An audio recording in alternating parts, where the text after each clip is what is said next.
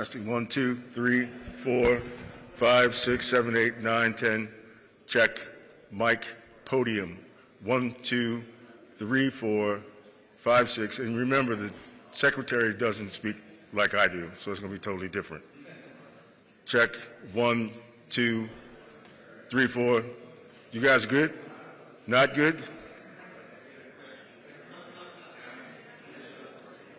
Well, you got to remember, the secretary doesn't speak like I do. So we'll adjust it when he gets there. Check 1, 2, 3, 4, 5, 6, 7, 8, 9. 1, 2, 3, 4, 5, 6, 7, 8, 9. Check 1, 2.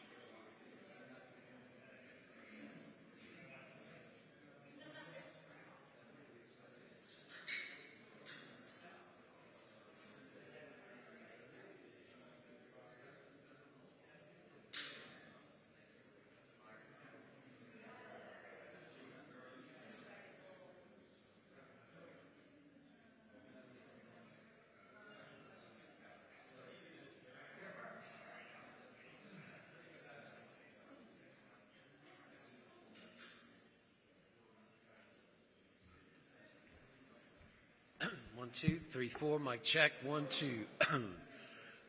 1, 1, 1. Check mic. 1, 2, 3, 4. 1, 2. Are you getting enough in the room, Jeff? 1, 2, 3, 4. Mic check. 1, 2. 1, 2. You got enough in the room? Okay.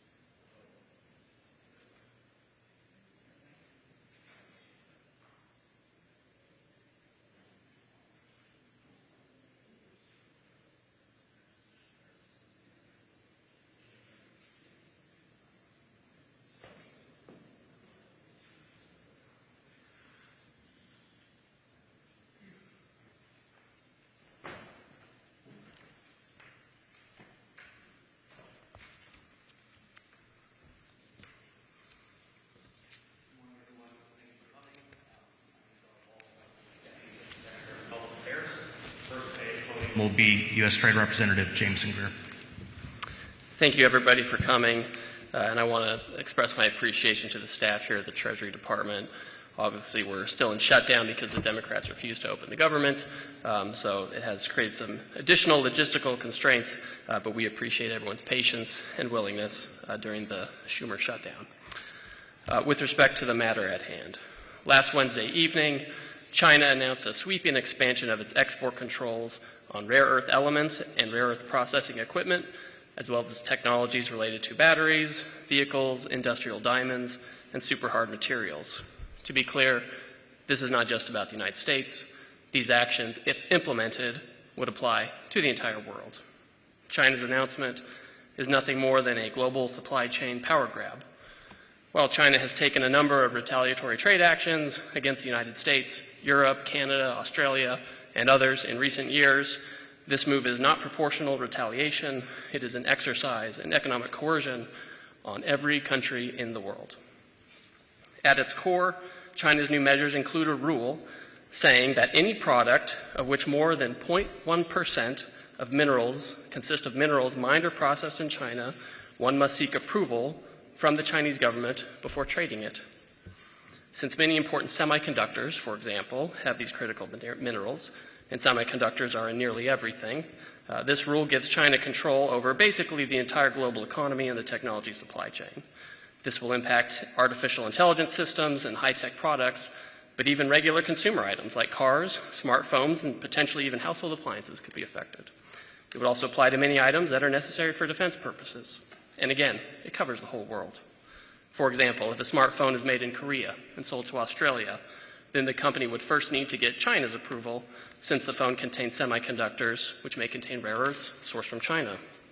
Or if a car is built in America and sold in Mexico, you would need to seek approval from China before making the sale because of the chips in the car. Obviously, neither we nor our allies are going to go along with that kind of system. Many are suggesting that China's action is simply posturing for leverage in negotiations with the United States. While that may be one element of China's approach, it's obvious that these controls are part of a broader plan by China to control the world's supply chains.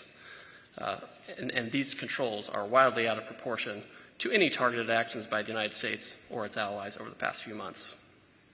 Others have suggested that the United States has violated a non-existent agreement with the Chinese regarding export controls or the implementation of measures. This is a false narrative deployed to justify these broad and unacceptable Chinese actions. There is, in fact, a published agreement between the United States and China from earlier this year that the U.S. and China would suspend tariffs of over 100% on each other.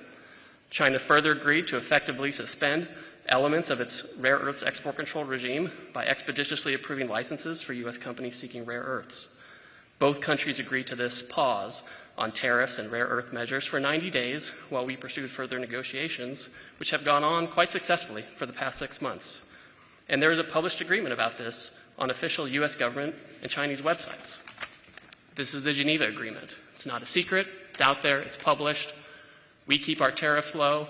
They keep the rare earths flowing. We have not imposed our reciprocal tariffs on the Chinese since that time, but now the Chinese have expanded their rare earth controls. We have complied. They have not. And so in this context, this is how China has announced its new and extremely expansive controls on rare earth materials just last week. It's a clear repudiation of everything we've been working toward for the last 6 months, which was a stable tariff situation and a continued flow of rare earths.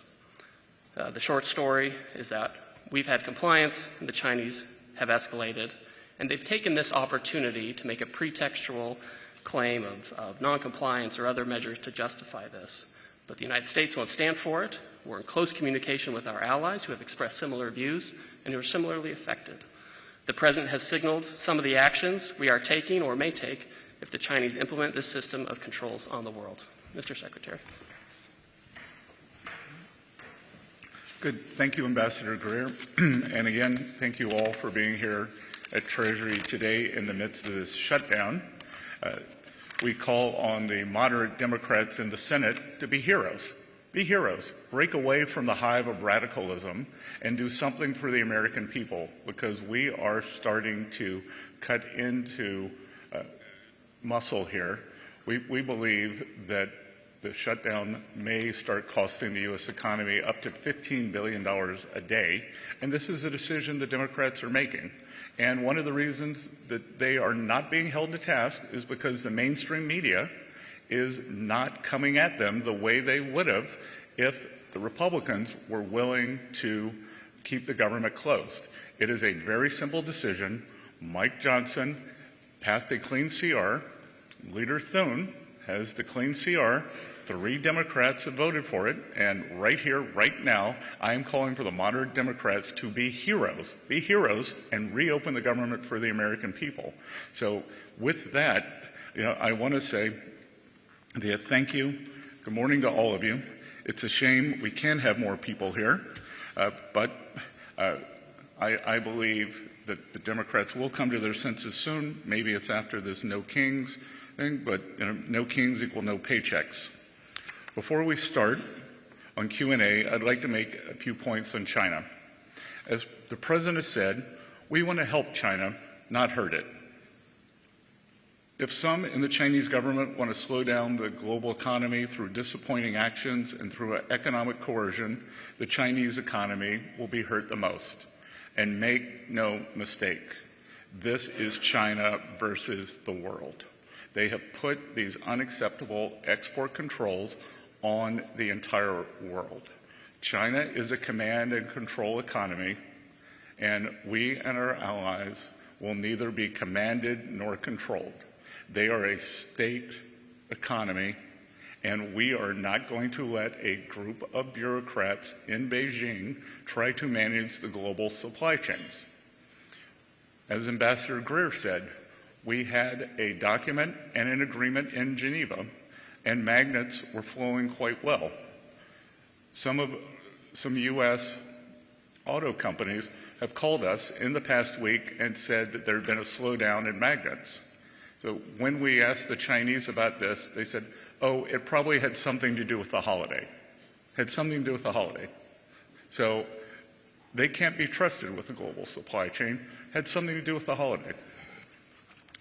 Moreover, this should be a clear sign to our allies that we must work together, and work together we will.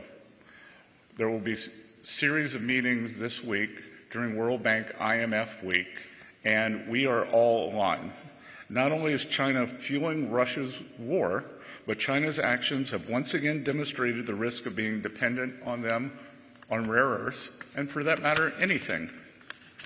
If China wants to be an unreliable partner to the world, then the world will have to decouple. The world does not want to decouple. We want to de-risk.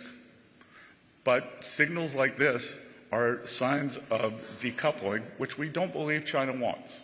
And again, we do not want to decouple. We should work together to de-risk and diversify our supply chains away from China as quickly as possible. China says that these rare earths are used in military materials and that they want to maintain peace in the world. Again, it is the purchase of Russian oil by China that fuels the Russian war machine. China buys 60% of Russian energy. They buy 90% of Iranian energy. So who is fueling the Russian war machine?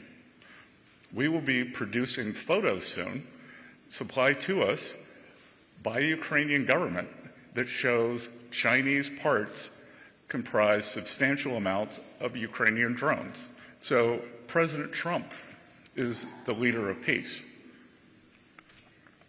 We should work together to de-risk and diversify.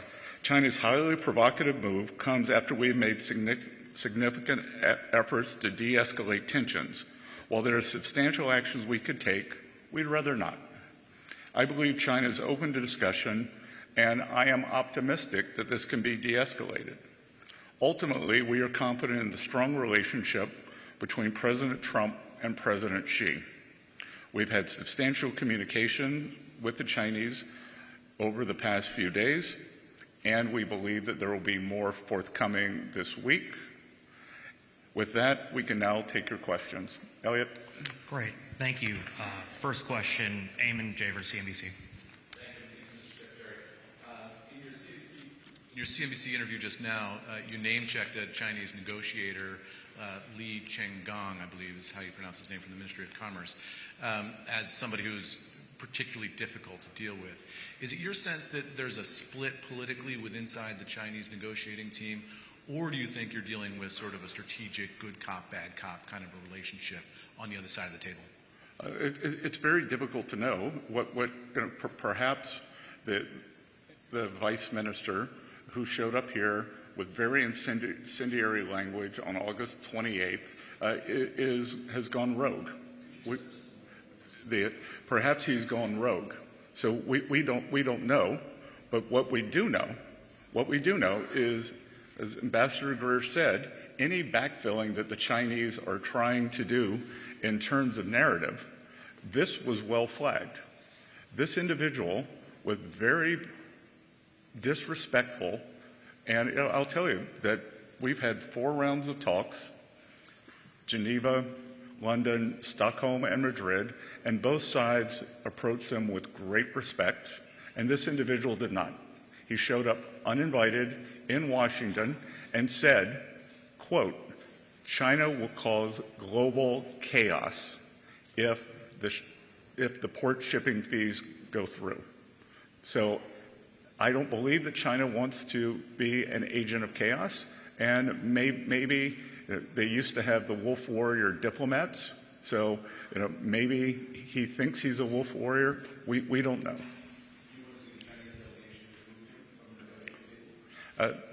That's up to them. Thank you. Next question will go to Christine with NBC.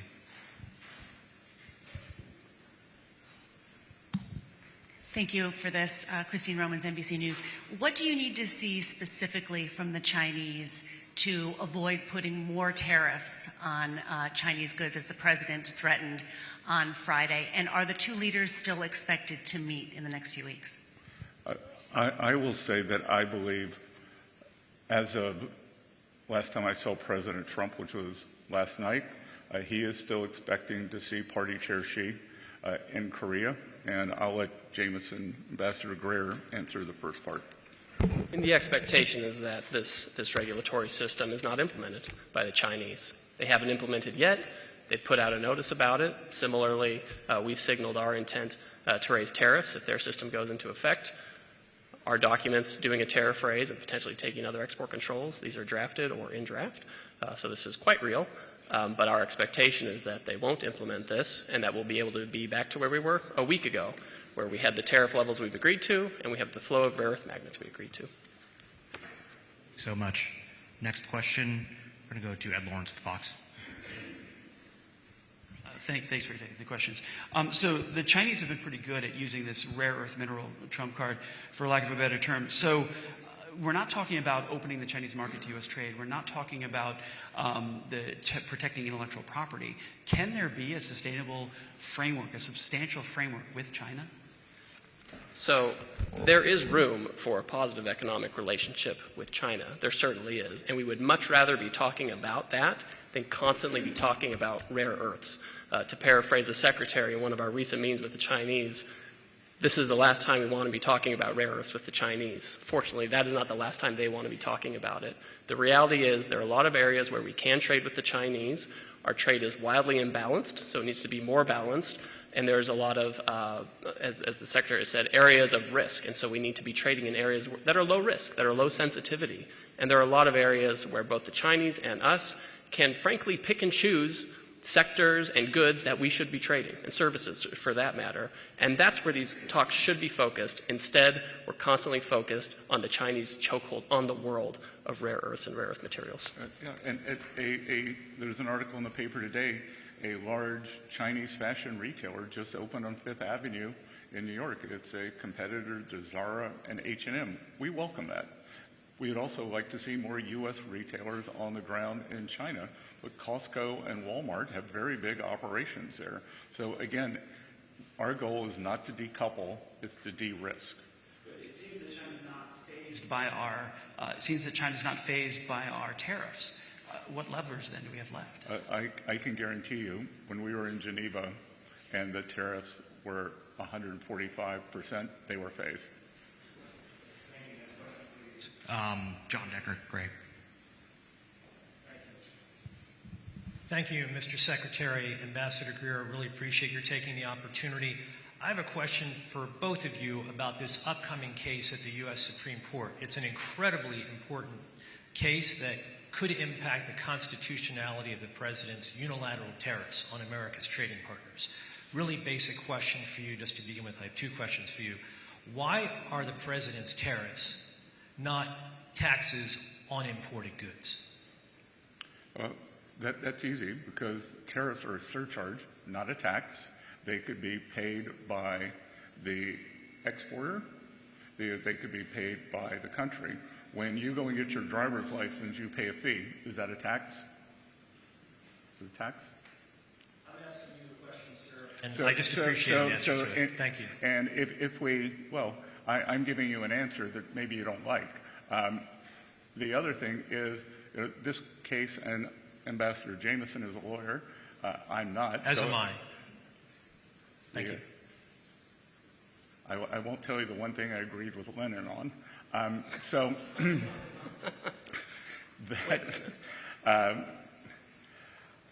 I think that we see with this Chinese provocation why it is very important for the president to have emergency powers to implement tariffs, because he needs to be able to use this to push back against this Chinese overreach against the world.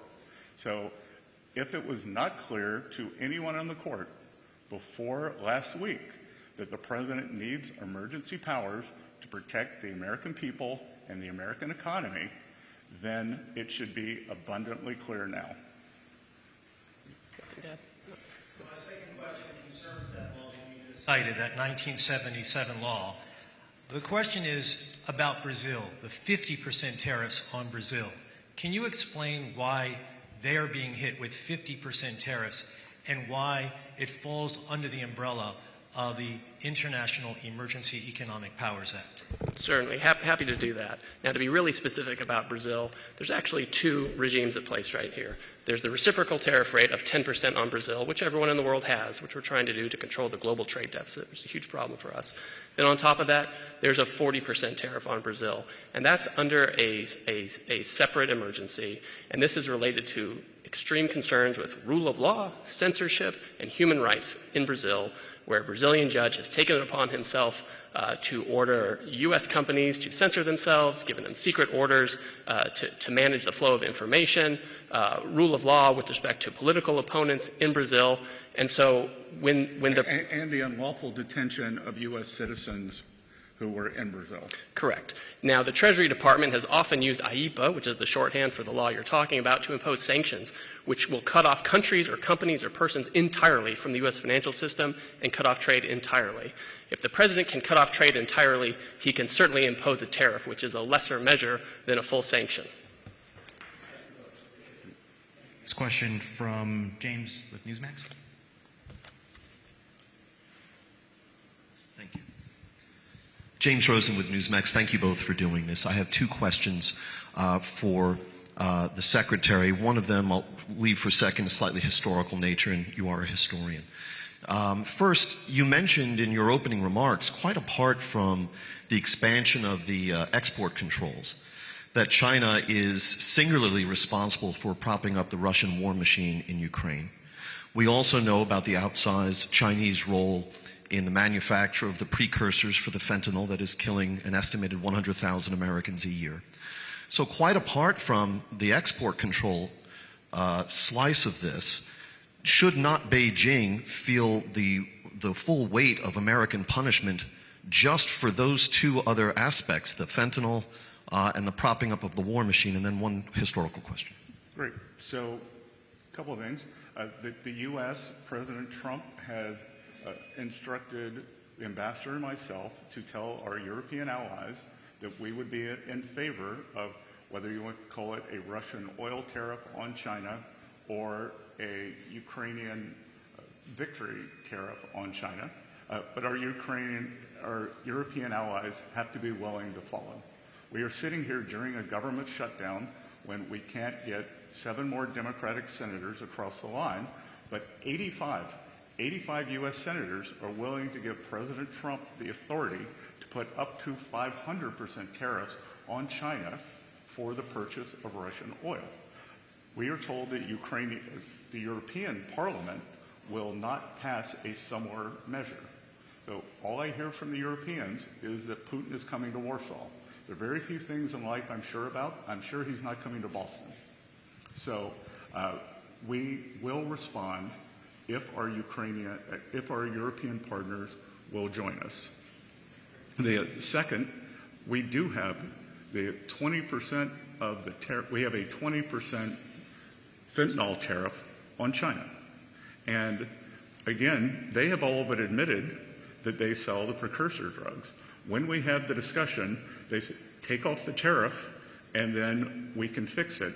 We say, fix it, and show us 6 months of persistence, and then we will take off the tariff. So again, back to the IEPA, if 100,000, 200,000 Americans being killed every year by fentanyl, families ruined, is not an emergency, I'm not sure what is. And by the way, if the Chinese can cut off rare earths and export control them, they certainly can control the precursors for fentanyl as well. When the history of this time is written, and historians are paying attention to President Trump's decision-making surrounding the global tariff program that he has initiated, can you tell us, to your knowledge, when it was, whether it was during the campaign or the preceding 4 years or during the transition or since he took office again, that he decided that he was going not only to rely more heavily on tariffs than he did in his first term, but to go as big on tariffs as he has? When was that decision taken? Oh, I think the decision was taken in the first term, and you would have seen President Trump saying that over the past, since January 20th, that he had a very successful tariff program on China in terms of rebalancing, in terms of purchases that they were supposed to make, which they haven't followed up on. But you heard President Trump say that in his final year, so trade deal was reached with China on January 20th, he was going to expand the tariffs to the world, and then COVID hit. And out of humanitarian necessity, it would not have been appropriate to start putting on tariffs during a period of such great economic disruption.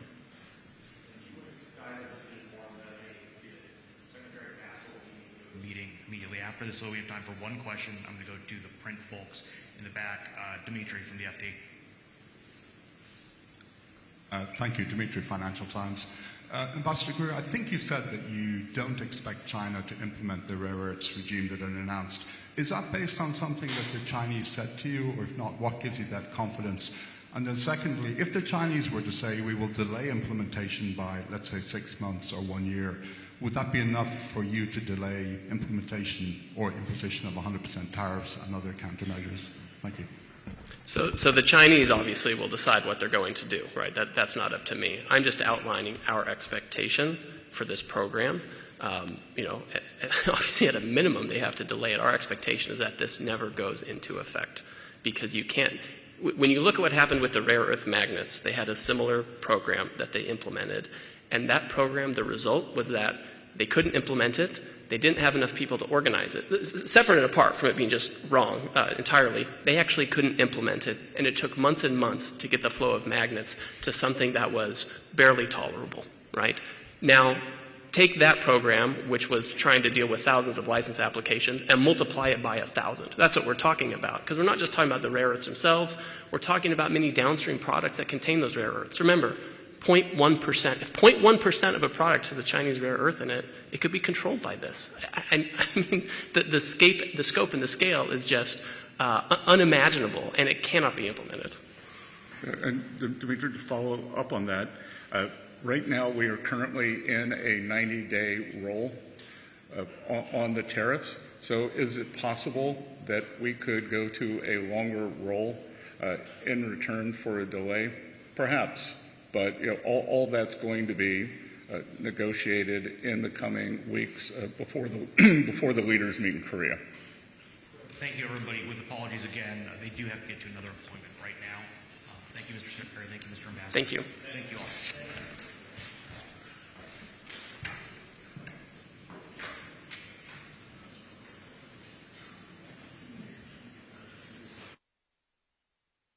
The room, please feel free to hold here, and you may file from this room.